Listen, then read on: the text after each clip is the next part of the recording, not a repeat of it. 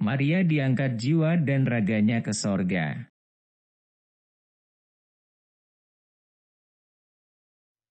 Perselisihan kafir Kristen pemuja Yesus tentang Maria lainnya adalah tentang kematiannya, apakah dia diangkat ke sorga atau tidak.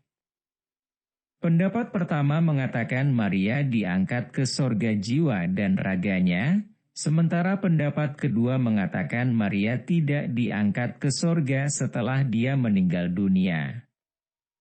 Kafir Kristen pemuja Yesus yang berpendapat Maria diangkat ke sorga setelah meninggal mengatakan bahwa pendapat mereka tersebut merupakan pengajaran dari bapak-bapak gereja. Kafir Kristen lainnya, yang mereka tidak mempercayai diangkatnya Maria ke sorga setelah meninggal, mempertanyakan ayat dari Injil Kristen sebagai dasar kepercayaan tersebut. Kafir Kristen pemuja Yesus yang berpegang pada pendapat pertama menjawab bahwa sumber wahyu ilahi bukan hanya kitab suci, tetapi juga pengajaran bapak-bapak gereja yang mereka sebut sebagai tradisi suci. Jadi tampak jelas sumber perselisihan mereka.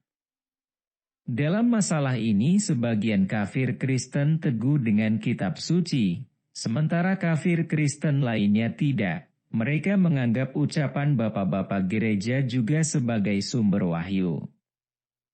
Ajaran Maria diangkat ke sorga jiwa dan raganya baru muncul di abad 3 Masehi, dicetuskan pertama kali oleh bapak gereja yang bernama Melito. Literatur agama Kristen juga memberi informasi bahwa Thomas saksi pengangkatan Bunda Maria. Thomas menyaksikan Bunda Maria menjatuhkan tali ikat pinggangnya dari langit sebagai bukti. Akhirnya, atas permintaan Thomas, makam Bunda Maria dibuka dan ternyata makam ini kosong. Seperti semua cerita dalam Injil Kristen lainnya, cerita tahayul diangkatnya Maria ke sorga ini juga sulit dibuktikan kebenarannya. Tidak satupun Injil Kristen yang menceritakannya. Jika benar cerita diangkatnya Maria ke sorga itu benar-benar terjadi, maka mustahil para penulis Injil Kristen mengabaikan kejadian yang sangat penting tersebut. Jangankan menulis diangkatnya Maria ke sorga, cerita meninggalnya Maria saja para penulis Injil Kristen tidak pernah menuliskannya.